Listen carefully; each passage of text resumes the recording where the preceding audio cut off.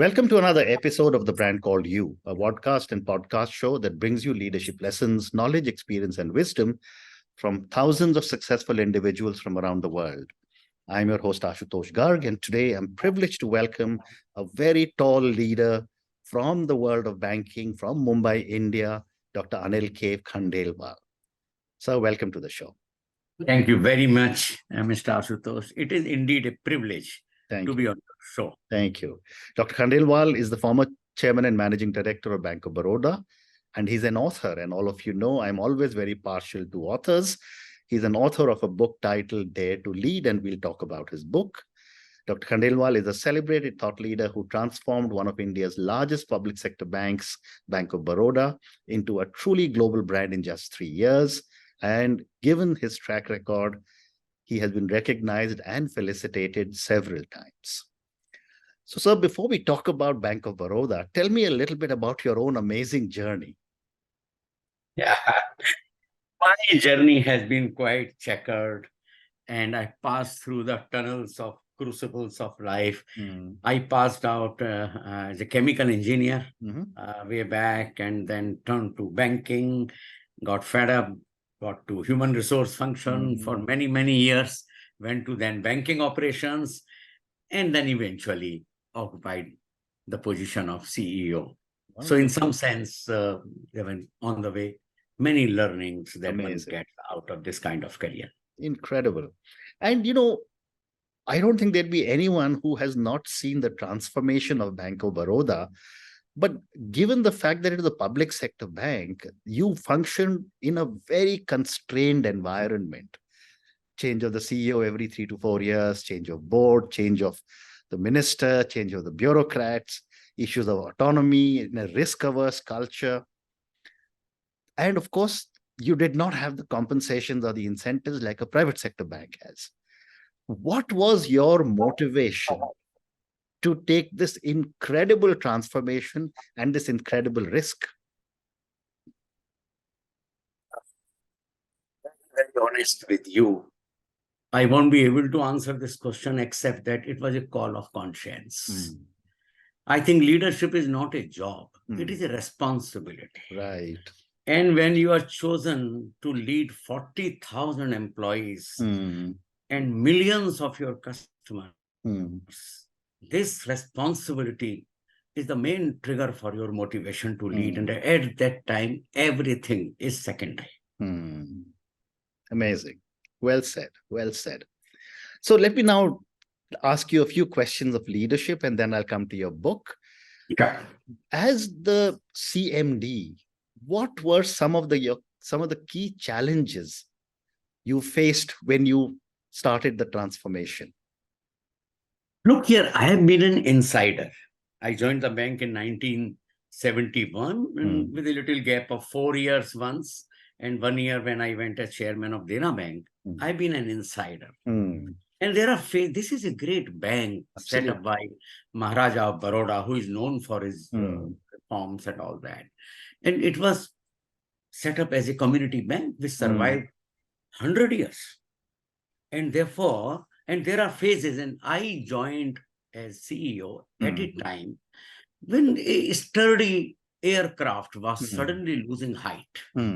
And it was in the midst of turbulence created by external environment, but more than external environment and competitive reality, there have been a lot of internal problem. When you start celebrating the complacency itself. So wherever you go, say, we are a great bank. We are doing very well. Because 3,000 branches across, down, they will not know. And I think all of us Indian CEOs, they don't like to share the downhill story or the negative story. So I used to call my people that there seems to be collective conspiracy for complacency. That we think we are great, but we are not. So therefore, that one, my challenge was that the business was getting down. We were not in technology. And there were a whole number of internal constraints and stonewalling industrial relations environment. That was the trigger. And that was the challenge that I had. How amazing. How amazing. And sir, can you talk a little bit about the importance of fostering innovation and adaptability within a traditional organization? Very good question, I should say. You see, as long as you uphold traditional values and do not indulge in creative destruction of those values, you can innovate. Right. But if you are wholesale, lock, stock, and barrel try to demolish the traditional values, and this, since this Bank of Baroda started as a community bank, and the service was the value. As long as you retain that, the innovations are never a problem. Right. And that is what we achieved. We undertook several innovations because we were thinking, why should somebody come and open an account in Bank of Baroda? I was asking my people, why? When there are so many banks, ICICI, HDFC, private. So what is it? And then we came for major innovations like 8 a.m. to 8 p.m. banking, like 24-hour human banking, like Gen Next branches, because youngsters of India were not banking with public sector bank. Yes. And I used to say lightheartedly that we have become uncle and daddy's bank. Okay. And we went for then a major strategy for, and I must say with great satisfaction that our innovations created very, very many positive business outcomes. Absolutely. I remember your campaigns very clearly. But so also talk to me a little bit about the role of effective communication in leadership, because that's something you must have done extensively within your team. And how did it contribute to achieving your strategic goals? Although talking about communication looks very trite in the normal sense, but believe me, this is the magic band. Correct. This is the magic. How do you reach out in a geographically dispersed branches, 3,000 in number, to 40,000 people? How does a man somewhere in Dumki in Bihar gets a message what you are thinking? How does somebody gets in Assam a message that bank is experiencing turbulence and we need to come together? I think this was very much part of our transformation. Right. So that in the first 100 days of my joining, I had about 20 town halls across the country. Wow. And these town halls were not designed to communicate management philosophy, but as listening forums. For a change, because people are accustomed to listen to talk. We are doing this, you must work hard, you must do that, you have enough of it. When I was a junior officer, I never liked all these sermons. So these were listening forums. And believe me, Ashutosh ji, the kind of feedback I got, my eyes were opened. And if I during the journey, I'll share one or two, and if you permit me, I can share one or two. It opened. I tell you, the real wisdom is in the field, not in the corporate office. For example, in Jaipur town hall, one of the young girl, 23-year-old girl told me, sir, we are doing well, our credit, this, that. But can I ask you a question? I said, very much. She says that we do not seem to have a car loan policy. And we didn't have, because at that time, private banks were lock, stock, and barrel doing car loan. And we couldn't have, follow those kind of procedures. She gave me an insight I have never forgotten. She said, sir, we have SME loan, we have retail loan, we have this. For the car loan, we are throwing a young entrepreneur into the lap of a private bank, and knowing their smart marketing strategies, we can lose the entire account. Amazing. Now, next day I come in my morning meeting, I discuss, and we decided immediately that we start car loan to begin with for our existing customers. Right. And we issued a circular giving credit for this suggestion to this young girl. So what happens? That the chairman is not coming to field for some degree of pretended authenticity, but for real. Yeah. So likewise, we got, and since then I say wisdom is in the field. Amazing.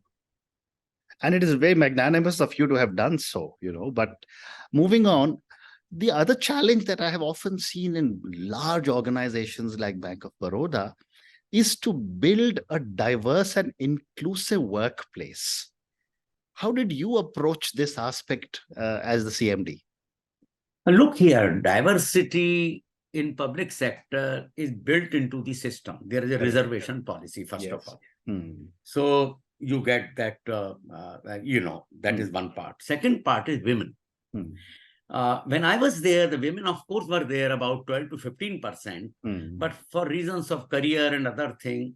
So what we had to do was developmental strategies for the reserved as well as women. For example, we groomed women for branch managers position. We groomed women in credit. We groomed persons of, the reserved categories into.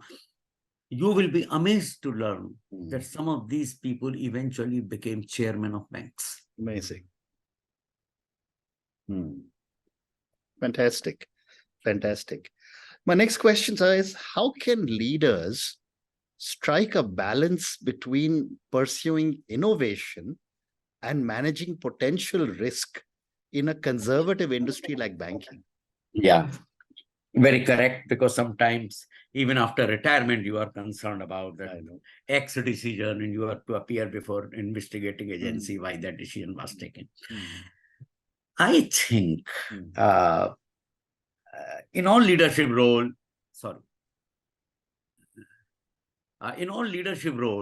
this kind of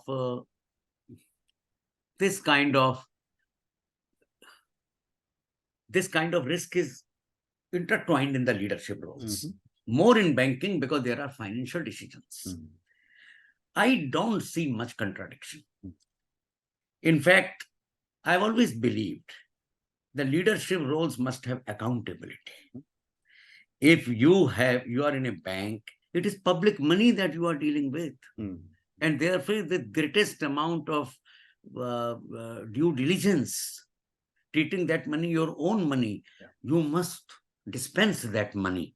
So I really do not see much contradiction. There are occasions when you feel it's going too far, but that's it. Very interesting. Can you also give me some examples of leadership by example? I mean, one classic was the 20 town halls that you did and the credit you gave to this young manager you had. But obviously, you were a big believer in leadership by example. How did this impact the organizational culture? The answer is in the question itself. As Indians, in our great scriptures, this is embedded. In the chapter 3, verse 21 of Gita, Yad yada charit shreshthas tat tadev taro jana sayat pramanam kurute lokas tadunu vartate.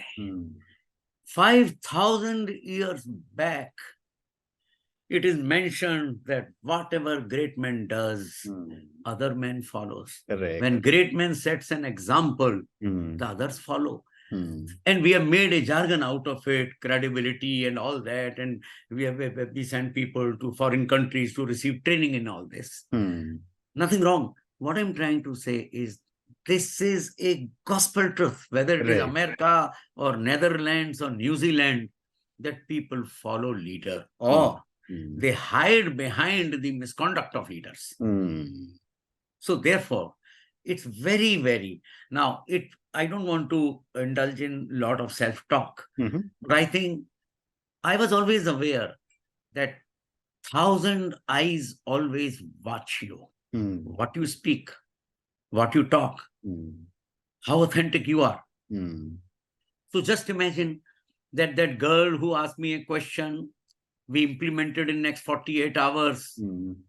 Those are the kind of credibility, those are the kind of things that leaders are not fake. They are genuinely trying to understand. Then there are other aspects of your personal life as to how you conduct yourself.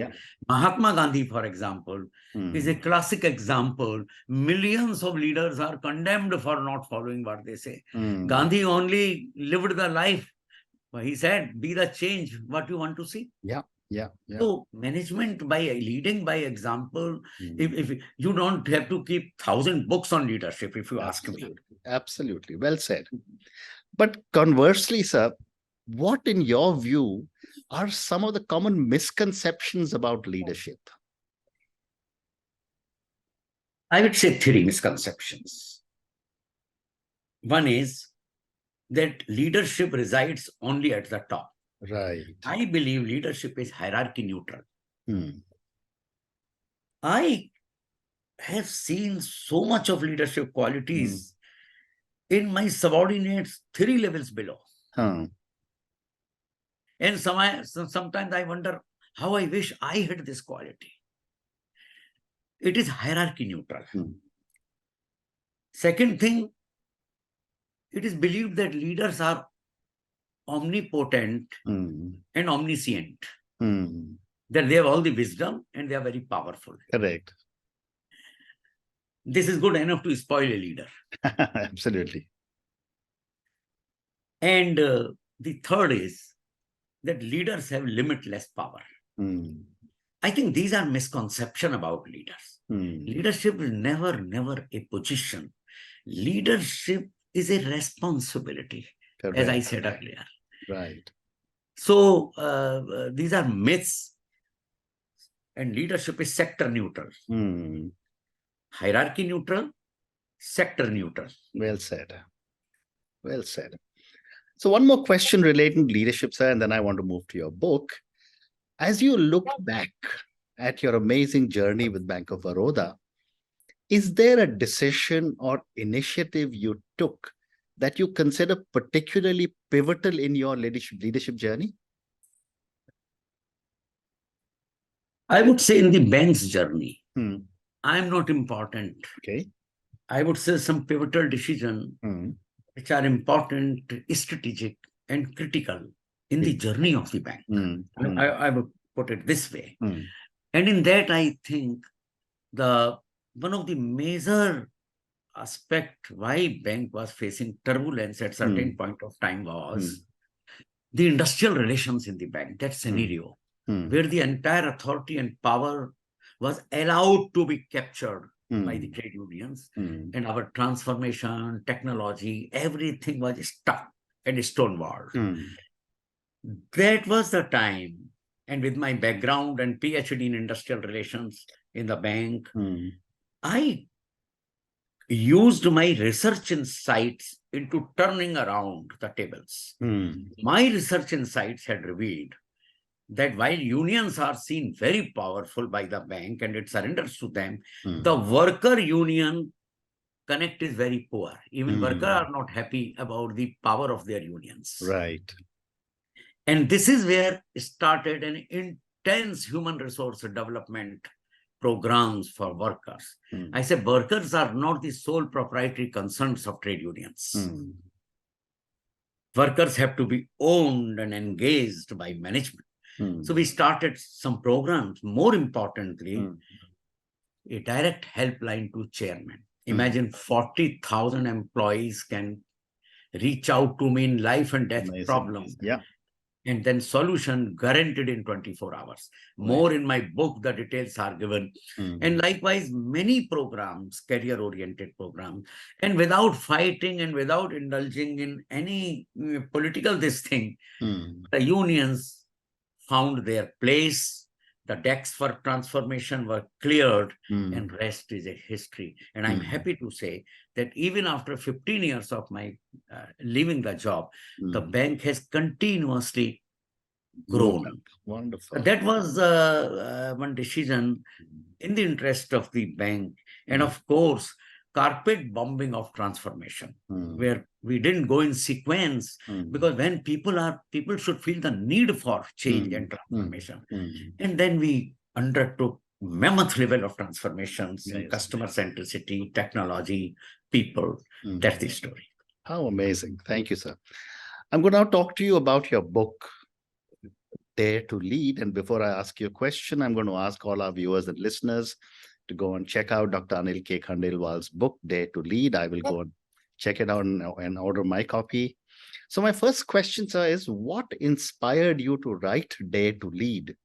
And what message do you hope readers will take away?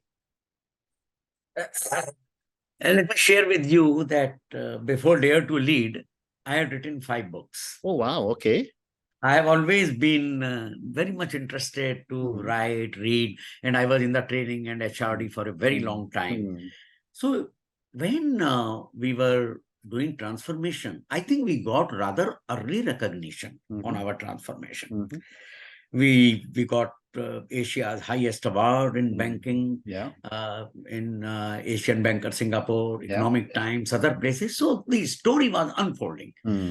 So much so that a professor, very well-known professor of Wharton, Peter Capelli, wrote a small piece on online. So, and then came Professor Dwijendra Tripathi, whom is a leading internationally known business historian, who had earlier done 75 years of history of Bank of Baroda.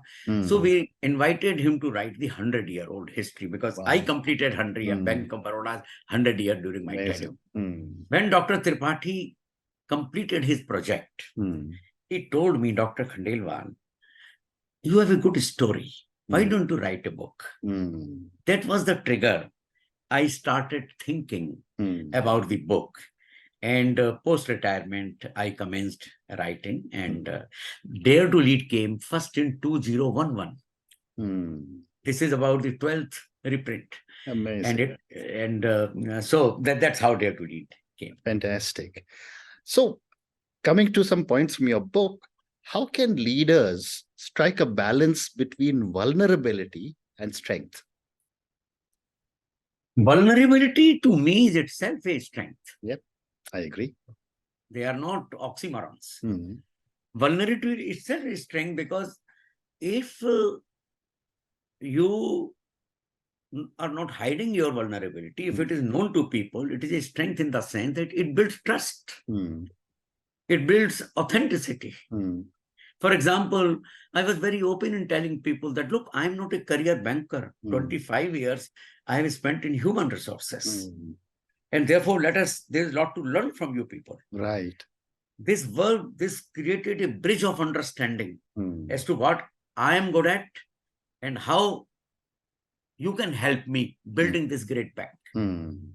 So I don't see that, yes, if your vulnerability, you don't allow it to express, and I don't mean in every context you have to express, but at least with your people, the circumstances that can help you, your vulnerability can help you.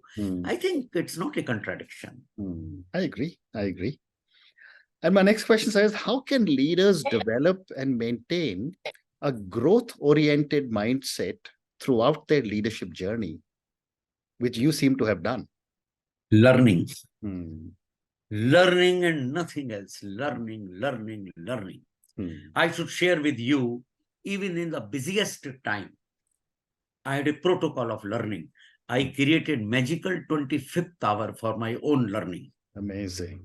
And one. Second, that this learning is not reading magazines and reading Harvard Business Review. That's one part. This learning is your finding a group of mentors where you go, share, and they give you. So in my case, I had a group of people who were from academics, some of the leading professors of IIM Ahmedabad, some friends, where we will share and they will give me insights as to why I'm feeling so, what's happening. There'll be a few examples. So sometimes they will say, let it go, it's not that important. So I think this learning is, one is really what you say, learning from the literature and other things. And second, most important, I although love reading on leadership and other, I have always been reading a lot from literature and lately from spiritual this thing. Right. So leaders need to improve their canvas of learning. Correct. Non-subject learning, especially great people who have written. I was reading Churchill on military leadership, for example. Amazing insight. Theodore Roosevelt. So the point is expanding your horizons of perspective building, because learning helps you build perspective. Right. And finding right people to talk to. Very, very interesting. So, sir, I've got time for two more questions. My next question is that how do you, when you look into a crystal ball, how do you see the landscape of leadership evolving in the next decade? Yeah. So I see the world has become very, very, very complex. Correct. And this I realized last week or 10 days back. I was in San Francisco, and I really called a driverless car like a Uber. And half an hour ride I had, some 50 or 100 cars are there on experimental basis. Yeah. And I was amazed, and I was thinking, what is the future in store? Absolutely. This is one example of that. But if you look at an industry today, when you and me are talking, 100 innovations in the world must be taking place right now. Correct. So therefore, one of the biggest challenge for leaders is to understand these complexities. And they can't handle all the complexities. Yeah. They are not gods. And prepare ground to induct people who can help solve complex problems in different areas, especially digital technology, its use. The second challenge for leaders is to use collective intelligence of their people. Times have gone that we had a hero leadership. That, this man is a charismatic superstar leaders and have disappeared. Superstar leaders, charismatic leaders. Absolutely. So using collective intelligence of people. Correct. And lastly, I would say leaders will have to increasingly work towards improving the social system of the organization. There is a socio-technical, organizations are socio-technical systems. So technical part people can do, but the social system part, we are building culture, we are creating enabling environment. I think those are the challenges. Very interesting. Fascinating. And my last question to you, sir, and back to the book again, how do you hope, or what do you hope will be the lasting legacy of Dare to Lead? And how do you envision it impacting leaders around the world in the years to come? My intense belief, which is vindicated, is that in order to create future organizations, a stable and sustainable organization, leaders will have to focus on building intangibles. And these intangibles are culture, leadership, human resource, governance, technology, integrity, brand. I think leaders have paid not as much attention as these issues deserve. We have had so much obsession thanks to market that we must produce numbers. I think days of number crunching leaders are going to end. Correct. Very soon. Correct. We need organizations and we need leaders who can create stability in their organization, who can capture the intelligence and leaders, who can match rate of change inside their organizations to rate of change outside their organizations. Correct. This is a major challenge. Very well said. And on that note, sir, and your three amazing myths which I noted down: leadership is hierarchy and sector neutral, leaders are not omnipotent nor are they omniscient, and leaders do not have limitless power. Thank you, sir, for speaking to me about your own amazing journey. Thank you for speaking to me about so many different aspects of leadership, which really catapulted Bank of Baroda under your leadership to right at the top of the banks, despite all your constraints of being a public sector bank. Thank you also for speaking to me, sir, about your book, Dare to Lead. I think it's been fantastic. Thank you, sir, and good luck. For giving me this opportunity. And also, I must say, your questions have been very insightful, made me think. Thank you very much. Thank you, sir. Thank you. Thank you for listening to the Brand Called You videocast and podcast. A platform that brings you knowledge, experience, and wisdom of hundreds of successful individuals from around the world. Do visit our website www.tbcy.in to watch and listen to the stories of many more individuals. You can also follow us on YouTube, Facebook, Instagram, and Twitter. Just search for the brand called You.